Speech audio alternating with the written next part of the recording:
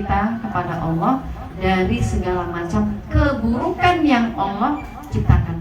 Allah nggak pernah menciptakan hal yang buruk, itu enggak. Tapi dari semua ciptaan Allah itu nanti ada yang bisa menimbulkan madharat, itu iya. Tapi sejatinya nggak ada yang dari awal buruk, itu nggak ada. Contoh misalnya kalajengking. Kalajengking itu nyengat, itu kan buruk ya Bu. Tapi kan nggak tiba-tiba dia nyengat.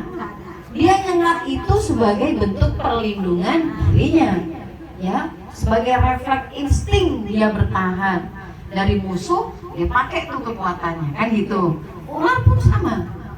Ular juga ketika dia matok, yang berbisa atau apa, itu enggak dari awalnya diciptakan untuk membuat keburukan, enggak. Tapi kalau dia merasa terancam, merasa takut, baru tuh, nah gitu ya. Nah, kita berlindung tuh dari semua efek keburukan, kejahatan. Sampai nanti disebutkan dari kegelapan malam, ya, ketika menjadi gelap gulita. Kemudian dari wanita-wanita tukang sihir yang suka meniup-niup tali-tali buhulnya. Dan terakhir wa min syarri hasidin idza hasad, dan dari pendengki apabila dia mendengki. Sangat luar biasa efek negatif dari hasad. Kita kalau punya ini rasa iri Bu, nggak boleh dipelihara, ya, nggak boleh dipelihara. Karena jelas-jelas di sini kita diminta berlindung kepada Allah dari penyakit hasad. Pun juga dari orang yang punya sifat hasad, jangan sampai dia aktif nih hasadnya. Hasad itu ada dua, orang hasad itu ada dua, ada yang pasif, ada yang aktif. Kalau yang pasif ya dia nyakitin diri sendiri tuh, ya. Tapi kalau aktif, dia pakai hasadnya itu buat ini nih, orang lain, provokasi orang lain gitu ya. Nyari temen buat ikut-ikut menjelek-jelekkan yang dia hasadin. Yang paling parah bisa sampai dia pergi ke tukang sihir misalnya, gitu. Dia pakai segala macam untuk kemudian membinasakan atau membunuh yang dia hasadin. Dulu segitu buruknya sifat hasad. Ya. Bagaimana nih kita mengatasi untuk sifat hasad ini? Yang pertama, ingat betul pesannya Rasulullah SAW tentang efek buruk dari hasad. Iya kawal hasad, hati-hati ya, jangan sampai ada muncul di hati kita sifat hasad sedikit pun. Kenapa? Karena sesungguhnya sifat hasad dia bisa menghabiskan semua amalan kebaikan kita seperti kayu bakar, seperti api yang bisa membakar habis kayu bakar. Itu perumpamaannya. Jadi hasad itu ibarat api yang kalau dia menyala dia sanggup membakar. Semakin dia membara nanti bisa habis tubuh kayu bakar. Yang tersisa hanya abunya. Begitu juga sifat iri dalam diri kita akan sanggup menghabiskan seluruh al-hasanat, ya, kebaikan-kebaikan yang kita punya, amal ibadah yang kita kerjakan bisa habis. Kenapa kok begitu? Karena gini Bu, kita sholat taruhlah, kita puasa, kita baca Quran, kita punya nih amal kebaikan. Tapi dalam diri kita ada sifat hasad, aktif pula Bu nih kita, ya. Akhirnya kita melakukan hal-hal yang ujungnya kan kita kepingin dolim Bu, ya kan, pengen mendolimi orang yang kita hasad. Gimana caranya nih orang ini bisa hancur di tangan kita, kan gitu, ya kan? Ya kan, dari sifat iri itu kalau kita nggak sanggup kontrolnya, tidak sanggup mengobatinya, dia akan muncul menjadi dengki dan kemudian menjadi ya tadi itu kebencian yang kita akan menghalalkan segala cara. Ya, kita kemudian bisa menfitnah dia, jatuhnya kita bisa mengadu domba, ya kan? Gimana caranya pokoknya nih, gitu ya? Kita bisa menghilangkan harga dirinya, harga martabatnya kita hancurkan. Kalau bisa dia dikeluarkan dari kerjaannya, kalau bisa dia dihujat seluruh dunia, masih kurang itu Bu. Kalau bisa dia ditinggalkan oleh seluruh keluarga dan juga saudara-saudara dan juga teman-temannya. Kalau bisa dia lenyap dari muka bumi. Nah kan, itu adalah kejahatan yang hubungannya hak orang lain, ya kan, hak orang lain. Maka nggak bisa kita bayangkan kelak ketika orang-orang yang kita hasati menuntut balik ke kita, apa yang bisa kita berikan sebagai balasannya? Ya kan, mau nggak mau kebaikan kita diambil, amalan kita buat gantinya, lama-lama kemudian menjadi habis. Jadilah kemudian menjadi orang yang bangkrut, orang yang merugi. Kata Rasulullah, apa? Datang dengan amalan segunung, 2 gunung, 3 gunung, 10 gunung, tapi begitu masuk surga masih banyak orang-orang yang menuntut haknya akibat kezaliman yang dilakukan selama di dunia. Dia nggak bisa bayar apapun, kompensasinya ya amal kebaikannya itu dikasih sampai habis. Begitu habis masih kurang, masih datang lagi orang yang dulu pernah dia jahatin, dinyinyirin, dijulitin, difitnah, dan segala macamnya. Apalagi yang dikasih nggak ada.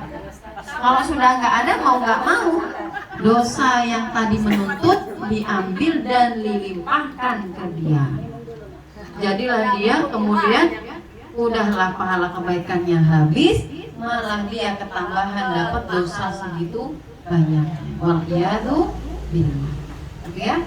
Maka hati-hati, kata Rasulullah, iya kawal hasad. Hati-hati, jangan pernah biarkan ada rasa iri dalam diri kita. Ya, terus gimana nih solusinya? Nih ada salah satu doanya. Nangis. Bismillahirrahmanirrahim. Walladzina ja'u min ba'di. Ada kakak itu. Udah hasad diri dengki. Nah itu berkaitan sama dengki. Apa enggak sih? Ya, bismillahirrahmanirrahim. Apa bedanya hasad, iri, dengki? Hasad itu bahasa Arab. Ya, hasad itu bahasa Arab. Biasa kita artikan dengan iri. Ya, iri. Ya. Kalau dalam bahasa Indonesia coba ada yang tahu nggak bedanya iri sama dengki? Sama nggak?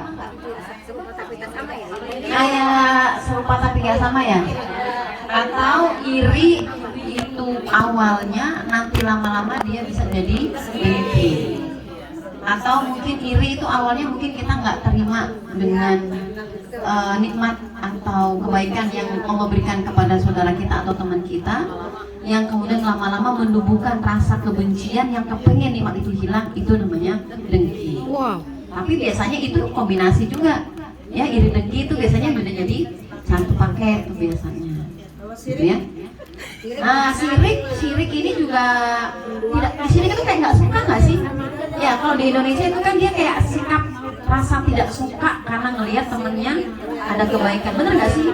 Sirik aja, sirik aja curug banget sih, jadi kayak segitu nggak sukanya sih sama ini, bener nggak? Ya, tapi kalau dalam bahasa Arab kan syirik itu beda artinya. Jadi ada memang beberapa kata atau beberapa istilah yang kalau dalam bahasa Arab sama Indonesia itu berbeda artinya, berbeda pemakaian istilahnya. Tapi kalau hasad itu udah bahasa Arab. Hasad itu bahasa Arab, dipakai juga kayaknya jadi kata serapan ya. Jadi kata serapan juga di Indonesia yang artinya itu iri. Yang dari iri itu nanti dia bisa besarnya tumbuh menjadi dengki. Dan itu biasanya juga satu paket ya, iri dan dengki. Itu gondok aja nggak Nah itu buah dari iri tadi, iya. Buah dari karena dia tidak terima dia mendapatkan kenikmatan itu kan bawahnya jadi kayak dongkol aja. Itu bawahnya jadi kayak dongkol aja. Jadi kayak marah dan gak suka gitu. Buat aja dongkol. Sama penyakit hati. Iya, penyakit hati. Sama ya, penyakit hati, betul. Rasa iri dengki itu sama-sama penyakit hati. Itu yang bikin jadi sakit sendiri. Iya, betul. Lihat orang bahagia dengur. Ampun ya. Malah jadi ampun. Lihat orang bahagia. Kita kayak gitu kelihatan dari raut wajah ya. Ada dari hati itu keluarlah aura wajahnya ada yang lembut, Kalau dia menampakkan, ada yang bisa tampak. Tapi kalau dia bisa mengelola, Nggak ya kelihatan. nggak kelihatan. Kan ada namanya munafik kan? Ya, nggak Munafik kelihatan. kan mereka yang menampakkan di depan itu berbeda dengan apa yang ada dalam dirinya. Jadi tergantung. dua Iya, wajah dua. Bisa nggak disebut berkepribadian dua? Nah, saya nggak tahu deh kalau berkepribadian ganda ya. Kayaknya lain beda lagi bahasanya ya, berkepribadian ganda ini. Kalau di depan kita baik, tapi di belakang kita begitu. Yang Kayak rahasia umum ini. Munafik itu. Iya. Di depan kita baik-baik aja nih, tapi di Iya, belakang karena dia ada indikator itu kan, orang munafik kan indikatornya salah satunya apabila dia bicara dia bohong. Di depan kita dia ngomong baik-baik, tapi dia bohong tuh. Ya, dia bohong tuh. Dia ngomong baik-baik tapi dia bohong. Itu dia cuma lingkap gitu ya. iya, dia cuma ngomong baik-baik tapi sebenarnya bohong. Sejatinya nggak itu yang diomongin. Buktinya di belakang dia ngomongnya beda. Ada lagi nih, ini ada dua surat perlindungan, satunya kan salah satunya surat Al-Maidah, satunya lagi surat apa? Ayat berapa? Satunya tadi surat Al-Falaq. Al-Falaq satunya surat An-Nas. Iya, nah, jadi ketika Rasulullah disihir oleh Labid Al-Aqsam itu menjadi sakit, kemudian Allah menurunkan malaikat dan dari Itu, malaikat bukan kakak. itu mengajarkan kepada Rasulullah dua surat. Surat Bukan An-Nas, Nadia Ike kan? bukan An-Nas ya, An-Nas, Qul a'udzu birabbin nas. Kakak Rohimah. Sama Al-Falaq, Qul a'udzu birabbil falaq. Takanya kakak Nah, Jika. dua surat ini adalah dua surat perlindungan. Yang lain selain? Ya, banyak di situ nanti dari Anas itu dari keburukan jin, ya dari waswas syaitan. Ya, kalau Al-Falaq nah itu dari hasad, dari tukang-tukang sihir, dari sihir, dari segala macam keburukan. Nanti kapan kita bahas ya tafsir surat An-Nas Al-Falaq. Kalau perlindungan dari suami yang marah, kamu juga bacanya Ustazah. Soalnya kata Kaila cuma Lu biar bener. Kaila. Kan sudah baca kurungan kalau lagi marah.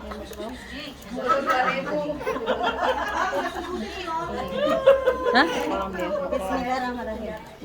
Apa? Marah-marah Bismillahirrahmanirrahim. Ngajak ribut. Ngajak ribut itu mah. Tentang ayat kursi sama Terus diri tersangka.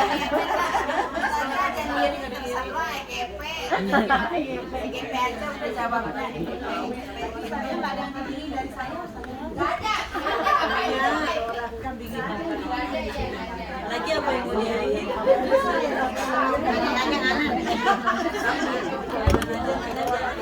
Loli mau nanya?